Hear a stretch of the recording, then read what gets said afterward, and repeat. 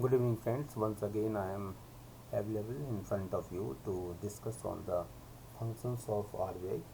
इससे पहले मैं बता चुका हूँ आपको कि RBI के फंक्शंस जो हमको पढ़ने हैं वो पहला है करेंसी अथॉरिटी, दूसरा bank to the government, third one is bankers bank and supervisor, fourth one is the controller of money supply and trade and the last one is the custodian of foreign exchange reserves. ये हमने functions of central bank देखा है। और ये अभी इससे पहले वाले वीडियो में जो हमने वीडियो बनाया था उसमें हमने डिस्कस किया था करेंसी अथॉरिटी, वो that is bank of issue. और आज हम देखेंगे कि उसका जो दूसरा फंक्शन है बैंकर्स टू द गवर्नमेंट। तो बैंकर्स टू द गवर्नमेंट के रूप में इसका काम क्या है। तो स्टार्ट करने से पहले मैं हमेशा की तरह आपसे कुछ क्वेश्चन पूछता हूँ, उसके लास्ट में और आंसर देता हूँ। तो मेरा आज का क्वेश्चन है कि being student of economics you must know that कि आरबीआई के रेट्स क्या क्या हैं। आप पढ़ेंगे जो क्वांटिटेटिव क्रेडिट कंट्रोल की हम पॉलिसी की चर्चा करेंगे तो उसमें हम बातें करेंगे रेपो रेट, सीआरआर, एसएलआर, इन सबों की बात करेंगे। तो मेरा आज का क्वेश्चन है कि आपको बताना है कि मार्केट में रेपो रेट क्या, आप चैट बॉक्स में आप लिख सकते हैं। रेपो रेट क्या है, बैंक रेट क्या है, सीआरआर का रेट क्या है और एसएलआर का रेट क्या है। ओके, तो इसके बारे में आपको मुझे बताना है, चैट बॉक्स में आप आंसर लिख लेंगे। तो आज हमारा दूसरा फंक्शन है बैंकर्स टू द गवर्नमेंट। तो आरबीआई किस प्रकार से काम करता है गवर्नमेंट के लिए। तो ये हमने लिखा है बैंकर्स टू द गवर्नमेंट, मतलब जिस प्रकार से हमारा संबंध कॉमर्शियल बैंक के साथ होता है, आरबीआई का संबंध गवर्नमेंट के साथ भी उसी तरीके का होता है। तो ये केवल बैंकर्स टू द गवर्नमेंट ही नहीं होता है बल्कि बैंकर्स टू द बैंक भी होता है। तो यहाँ पर हमने चर्चा की है bankers to the government function की, किस प्रकार से वो काम करता है। ओके, तो central bank works as a commercial bank for the government. यहाँ हमने लिखा है कि सेंट्रल बैंक किस तरह काम करता है, कॉमर्शियल बैंक की तरह काम करता है गवर्नमेंट के लिए। I think it's very much clear. Central bank provides all services.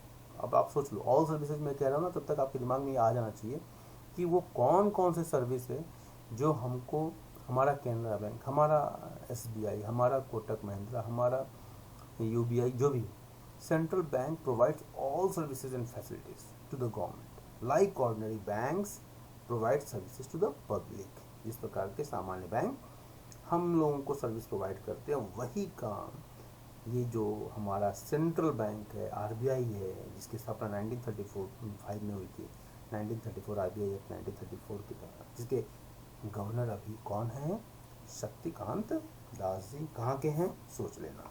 Okay, so central bank provides all services and facilities to the government like ordinary banks provide services to the public. Okay, third point है central bank manages all government departments, undertaking and funds of government. Central bank manages all government departments, undertakings and the funds of the government.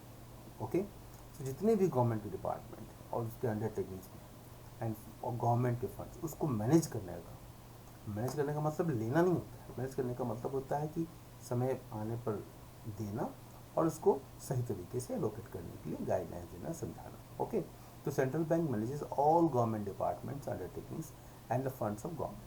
Okay, next point है it provides loan to the government. क्या करती है, loan. Commercial bank हमको loan देता है ना।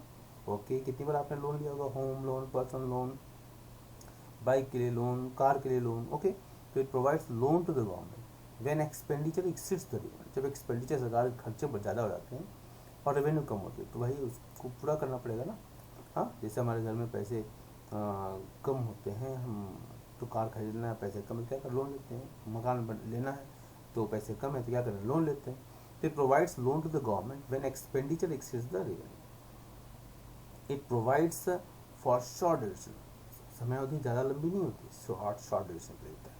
The government borrows money by selling treasury bills to the central bank. Treasury bills को government sell करती है और ट्रेजरी बिल को सेल करके ये गवर्नमेंट काम करती है। अब ट्रेजरी बिल को जो सेल करती है वो उसकी अवधि कम होती है। ओके, तो ये आपको ध्यान रखना है कि ट्रेजरी बिल को सेल करती है गवर्नमेंट और जब सेल करती है तो उससे पैसे उसको मिल जाते हैं। The government borrows money by selling treasury bills to the central. Okay, this is called deficit financing through borrowing from RBI. इसी को हम क्या कहते हैं, जब गवर्नमेंट पैसा बोरो करती है और अपने एक्सपेंडिचर को फाइनेंस करते हैं, क्योंकि एक्सपेंडिचर ज़्यादा हो गया और रेवेन्यू कम है, तो उसको फाइनेंस करना पड़ेगा ना, उस गैप को फिलअप करना पड़ेगा। उस गैप को फिलअप करने के लिए क्या करती है गवर्नमेंट, बोरो करती है। जिससे बोरो करती है, आरबीआई से बोरो करती है। और जब ये बोरो करती है, इस प्रोसेस को क्या कहते हैं, डेफिसिट। मतलब एक्सपेंडिचर ज़्यादा हो गया, खर्चा ज़्यादा, आमदनी अठन नहीं, खर्चा रुपया वाली बात हो गई। तो खर्चा ज़्यादा हो गया और आमदनी कम हो रही, तो डिफिसिट हो गया, घाटा हो रहा है। तो उस घाटे को पूरा करना ही क्या कहलाता है, डेफिसिट फाइनेंसिंग। और ये किसके द्वारा होता है, आरबीआई के द्वारा होता है। ठीक है, ओके। तो भाई समझ में आ रही मेरी बात, ओके। अब आते हैं बैंकर्स द गवर्नमेंट का दूसरा एक्ट। एज एन एजेंट, ये एजेंट की तरह भी काम करता है। The central bank also has the responsibility of managing the public debt. जो सार्वजनिक जो ऋण है उसको भी मैनेज करने का काम करता है एजेंट के रूप में। ओके ओके, याद रखना, एजेंट के रूप में, जैसे मैंने यहाँ हाईलाइट किया हुआ है। It maintains a current account. जब जमा किया है ना, उसको जमा किया, निकाला, ओवरड्राफ्ट फैसिलिटीज वगैरह मिल जाती है इस पर, है ना। तो it maintains a current account for keeping their cash balances.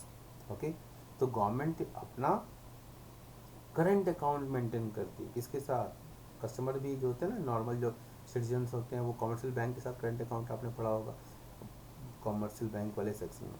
तो उसी तरह गवर्नमेंट भी क्या करती है, अपना करंट अकाउंट मेंटेन करती है for keeping their cash balance. जो भी कैश इसके पास सरप्लस रहता है उसको वहाँ पर वो डिपॉजिट करती है। It also accept the payment of taxes from public. Public से टैक्स जो है ना उसको भी एक्सेप्ट करती है on behalf of the government. Direct deal नहीं करती, डायरेक्ट आरबीआई की डीलिंग पब्लिक के साथ बिल्कुल नहीं होती। वो किसके थ्रू होती है, वो बैंक से वो करता है, गवर्नमेंट से करता है। ठीक है, it also accept the payments of taxes from the public on behalf of the government and makes payment for checks issued by the government। Cheque government ने जो इशू किया उसके आधार पर, जिससे कॉमन पब्लिक जो कमर्शियल बैंक के साथ होता है चेक इशू करते हैं तो उसको पेमेंट करते हैं, उसी तरह गवर्नमेंट का जो चेक होता है उसको ये ऑनर करती है। एज एन एडवाइजर, अब देखिए इसको भी मुझे हाईलाइट करना चाहिए था, मैं भूल गया। As an adviser the central bank advises the government from time to time. समय समय पर एडवाइस करता है, भैया आप क्या कर रहे हो, इकोनॉमी में इन्फ्लेशन हो रहा है, and if you not do like this, control करो अपना एक्सपेंडिचर कंट्रोल की। इतने सारे मिनिस्टर बना के रख लिया आपने, ओके। तो कुछ फाइनेंशियल कुछ रेवेन्यू कट कीजिए, है ना, इसलिए government time to time pension बंद करती है, ये करती है, वो करती है, सब तरह के जो मेजर्स लिए जाते हैं ना, तो वो सब सारी चीज़ें। As an adviser the central bank advises the government from time to time on economic, financial and monetary matters. क्योंकि इसका पर्पस ही है इकोनॉमी को स्ट्रेंथन करना, स्मूथ करना, फाइनेंशियल सिस्टम ठीक हो रहे इकोनॉमी में, हाँ, अर्थ जगत सही रहेगा, तो इकोनॉमिक एक्टिविटीज़ को प्रमोट करना। किसी सेक्टर में अगर डाउनफॉल है, जिसको बजट में आप देखोगे आप कि कहीं किसी इकोनॉमी का कोई sector is not working properly, तो वहाँ पर एलोकेट कर देना, है ना। और जहाँ पर प्रॉफिट ज़्यादा है उससे कुछ टैक्स कलेक्ट करना। तो इस तरीके से रीलोकेशन और फैसिलिटीज़ को, रिबेट को, टैक्स हॉलीडेज़ को, इस तरह की सारी चीज़ें वो करता रहता है। तो ये बैंकर्स द गवर्नमेंट का ही बहुत ही इंपॉर्टेंट है। अब यहाँ पर थोड़ा स्पेशल अटेंशन दिया हमने एज एन एजेंट। तो आरबीआई एज एन एजेंट क्या करता है, जो the central bank works as a commercial bank for the government. बहुत बार सुन चुके हैं हम लोग। Central bank provides all services and facilities to the government like ordinary banks provide services to the public. Central bank manages all government departments, undertakings and funds of the government. It provides loan to the government when expenditure exceeds the revenue. This is called deficit financing through borrowing from RBI. It manages public debt. It also accepts the payment of the taxes from the public on behalf of the government and makes payment for the checks issued by the government.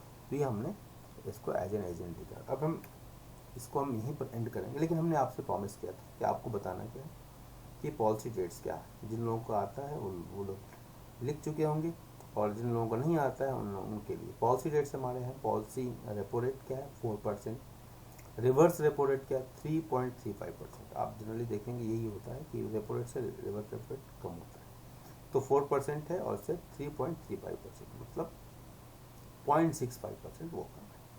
Marginal standing facility rate 4.25%। इसके बारे में अलग से एक video बनाऊंगा जिसमें हम चर्चा करेंगे कि ये सब चीज़ होता क्या है। ओके, तो बैंक रेट है 4.25%। बैंक रेट और रेपो रेट में ये डिफरेंस होता है। बैंक रेट लॉन्ग टर्म के लिए होता है, रेपो रेट शॉर्ट टर्म के लिए होता है।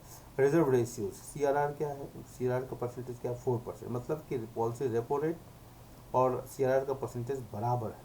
वो 4% पॉलिसी रेपो रेट भी था और CRR भी 4%।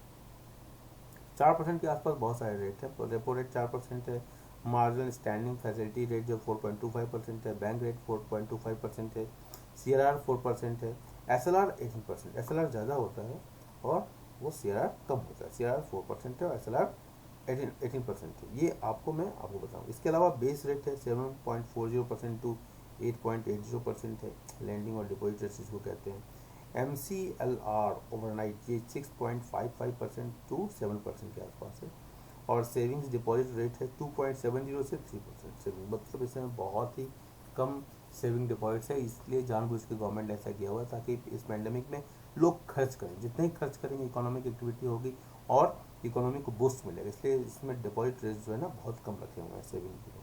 टर्म डिपॉजिट पर थोड़ा सा बढ़ा दिया क्योंकि इससे बैंकिंग सिस्टम को प्लानिंग करने में फ़ायदा होगा और वो पैसा ज़्यादा से ज़्यादा इकोनॉमी में इन्वेस्टमेंट कर सकते हैं। इसलिए उन्होंने क्या किया है, टर्म डिपॉजिट्स मतलब उसको ज़्यादा टाइम डिपॉजिट्स जो है वो लंबी अवधि के लिए होता है, वो उसकी लिक्विडिटी थोड़ी कम होती है सेविंग डिपॉजिट्स की अपेक्षा।